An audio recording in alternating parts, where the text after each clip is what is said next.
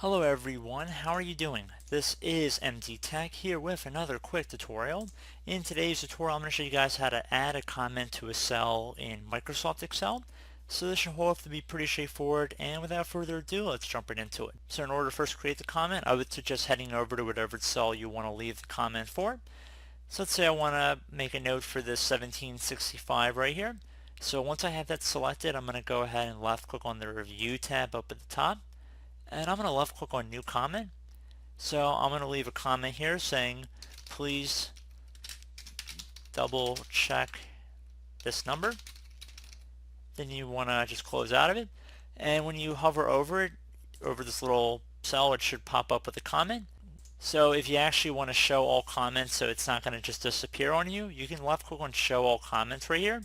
So no matter where you go on the worksheet, it should remain here. So definitely, depending on what kind of work you're doing, you might actually want to keep the note there so it's not accidentally skipped over.